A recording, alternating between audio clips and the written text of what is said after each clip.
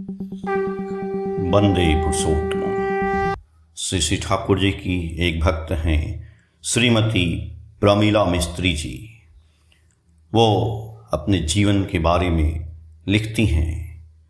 उसका शीर्षक है जीवन प्रदर्शक, जो कुछ इस प्रकार है।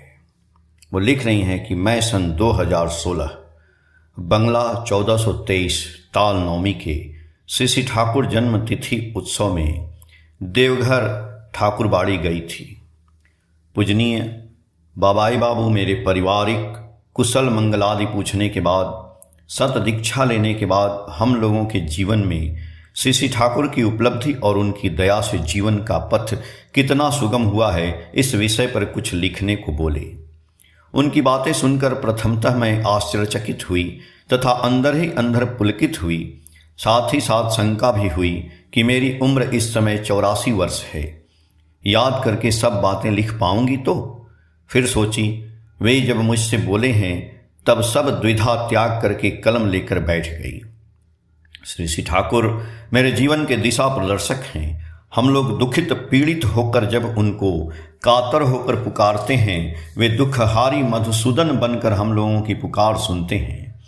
वे हम लोगों के जीवन के चलन का पथ विभिन्न वाणियाँ और कथोपकथन के माध्यम से बतला कर गए हैं। हम लोग नित्य यह पालन करने पर जीवन वर्धन में गतिमान हो जाते हैं। स्वाभाविक रूप से हम लोगों के दीक्षा लेने की घटना प्रासंगिक रूप से पहले याद आई। पारिवारिक कार्यों के बीच मन कभी कभी उत्तेजित हो जाता था। किसी आदर्श दिव्य महामानव को गुरु के रूप में वर्ण करके मन प्राण से सब कुछ समर्पित करने की इच्छा होती थी। उस समय बार बार सत दीक्षा लेने की इच्छा मन में जागृत होती थी। मेरे पतिदेव से एक दिन दीक्षा लेने की चर्चा करने पर उन्होंने कहा, मैं भी प्रकृत सतगुरु के इंतजार में हूँ। तब मैं दिशाहीन होकर आकाश के भगवान के पास प्रार्थना करती थी, तुम मुझे रास्ता दिखलाओ और मुझे उसका उपाय भी बतला दो। सन 1967 में मेरे पतिदेव पारुल कोर्ट मध्य प्रदेश में केंद्रीय सरकार के कर्मचारी थे। वहाँ अनेक सत्संगी गुरु भाई और बहनें हैं। उसमें ही एक सत्संगी दादा मास्टरदा शिशु प्रजापत्य व्रत किए हुए थे। निरंबू उपवास के दिन सुबह में एक वयस्क सज्जन आकर मास्टरदा से बोले, हमारे दो प्रियजन आसपास रहते हैं, एक हैं बादल सेन और दूसरे हैं बिजन मिस्त्री, मेरे पति देव। उन लोगों के यहाँ आना जाना करना है और ठाकुर की चर्चा करोगे। दूसरे दिन मास्टरदा आकर मेरे पति देव से पिछले दिन की घटना बोले और श्री श्री ठाकुर की चर्चा किए।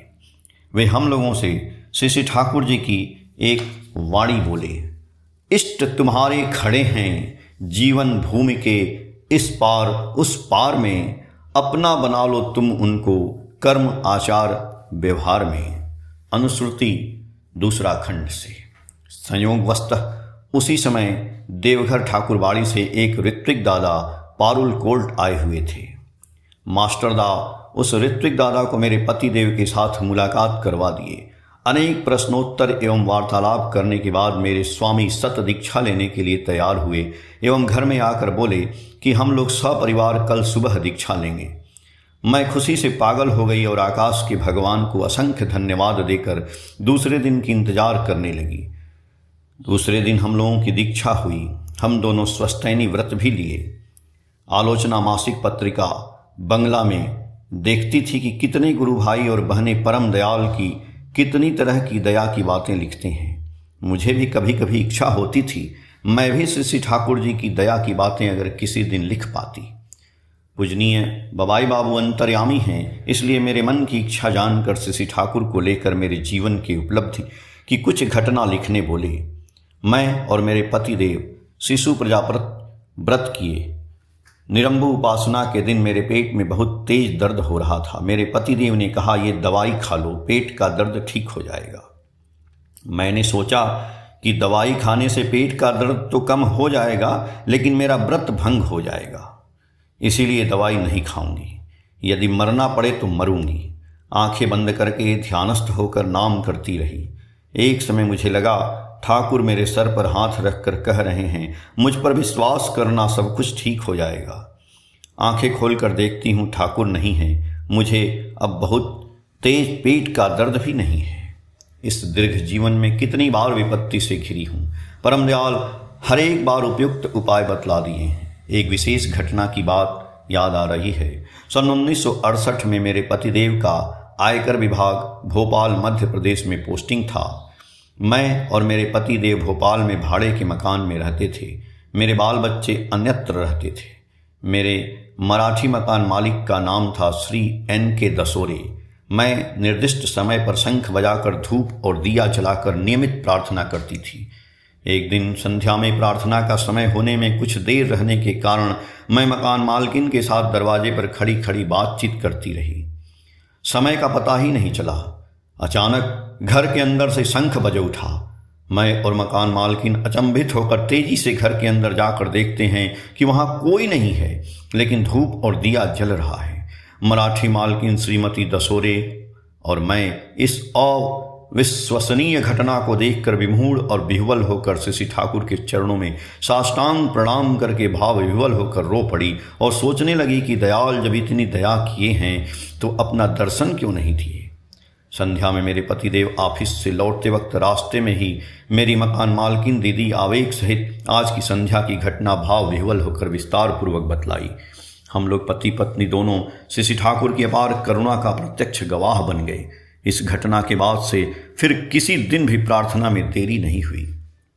परम दयाल की इस असीम कृपा से हम लोग धन्य होकर अपने बाल बच्चे और पार्श्विक सत्संगी भाई बहन में भी विनती प्रार्थना ठीक समय पर नियमित करने का भाव इम्पार्ट करते हुए आगे बढ़ रहे हैं, क्योंकि हम लोगों का दृढ़ विश्वास है कि प्रार्थना के समय से श्री ठाकुर सशरीर विद्यमान रहते हैं।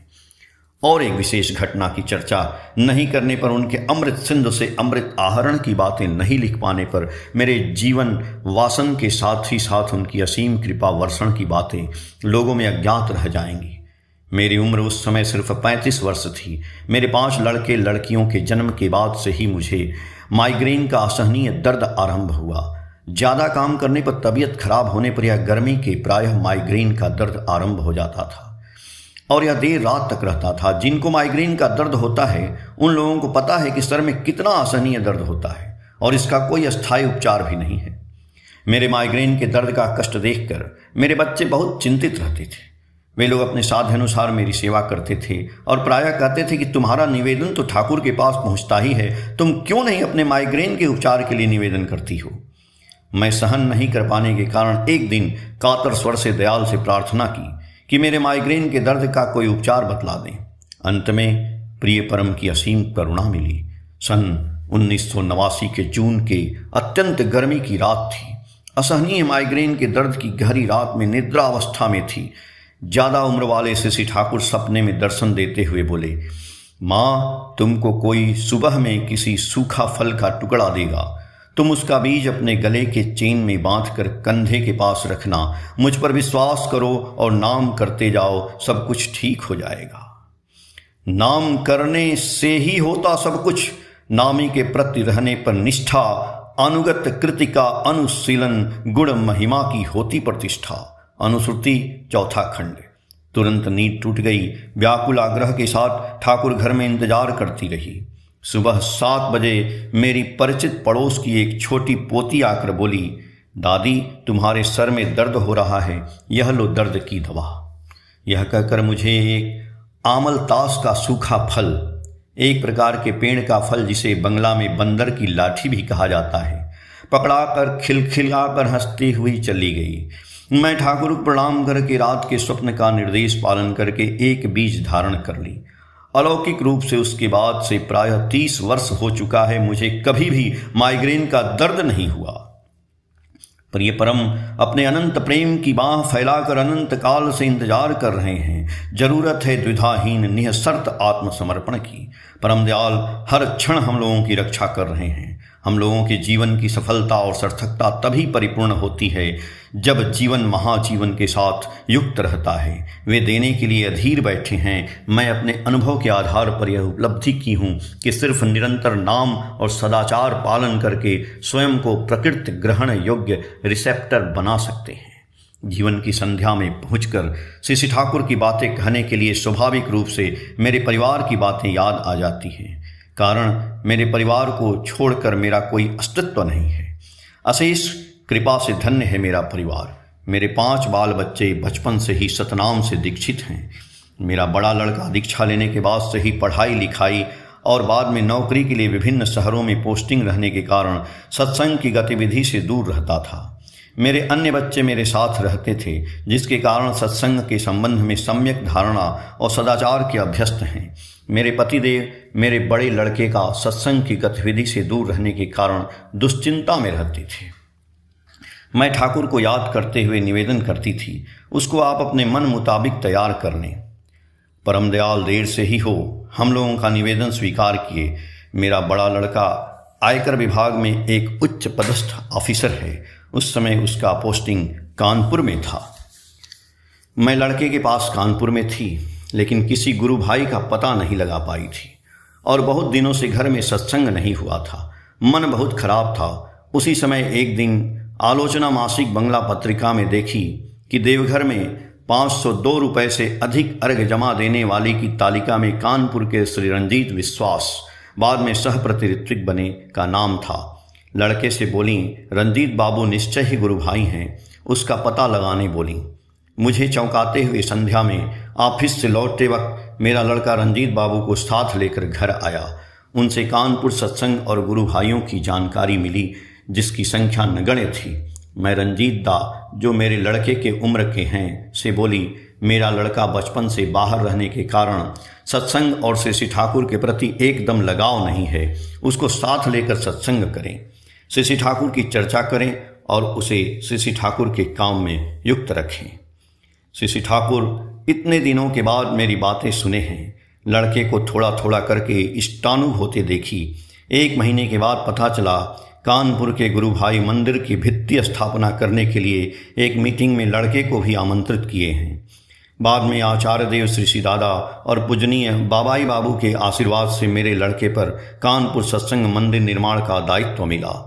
पूजनीय बाबाई बाबू का कानपुर मंदिर निर्माण के आशीर्वाद का फ़ोन जिस दिन आया, मैं उस दिन कानपुर में ही थी। पूजनीय बाबाई बाबू का फ़ोन आने के बाद मेरा लड़का मुझसे पूछा, माँ, पूजनीय बाबाई दा को श्री ठाकुर का मंदिर निर्माण करने के लिए हाँ तो कह दिया हूँ, मैं वादा पूरा कर पाऊँगा तो? मैं बोली, चिंता मत करना, श्री ठाकुर अपना काम स्वयं करवा लेते हैं। लड़के को श्री ठाकुर की प्रासंगिक वाणी स्मरण करवाते हुए सुनाई, इष्ट में रखो भक्ति अटूट, शक्ति पाओगे दिल में, उनके ही कर्म में रंग दो स्वभाव, घिरोगे नहीं दुख में। अनुश्रुति पहला खंड। सन 2008 में कानपुर मंदिर का निर्माण सुसंपन्न हुआ और पूजनीय बाबाई बाबू के श्री कर कमलों द्वारा 4 दिसंबर को उसका उद्घाटन हुआ।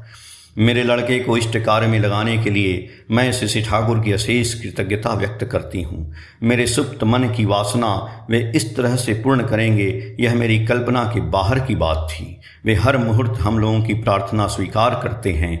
हम लोगों की जानने की परिधि में रहने पर उनकी असीम कृपा हम लोग जान सकते हैं, समझ सकते हैं।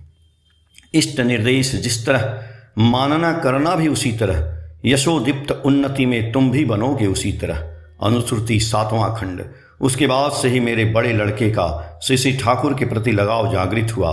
देवघर ठाकुरवाड़ी आना जाना शुरू किया। बाद में श्री ठाकुर का श्री दादा और पूजनीय बाबाई बाबू से विशेष कृपा पाकर धन्य हुआ। मैं नियत उनके पास प्रार्थना करती हूँ, ठाकुर आप उसको अपने मन के अनुसार तैयार कर लें, अपने काम में, सत्संग के मंगल के काम में लगाइए।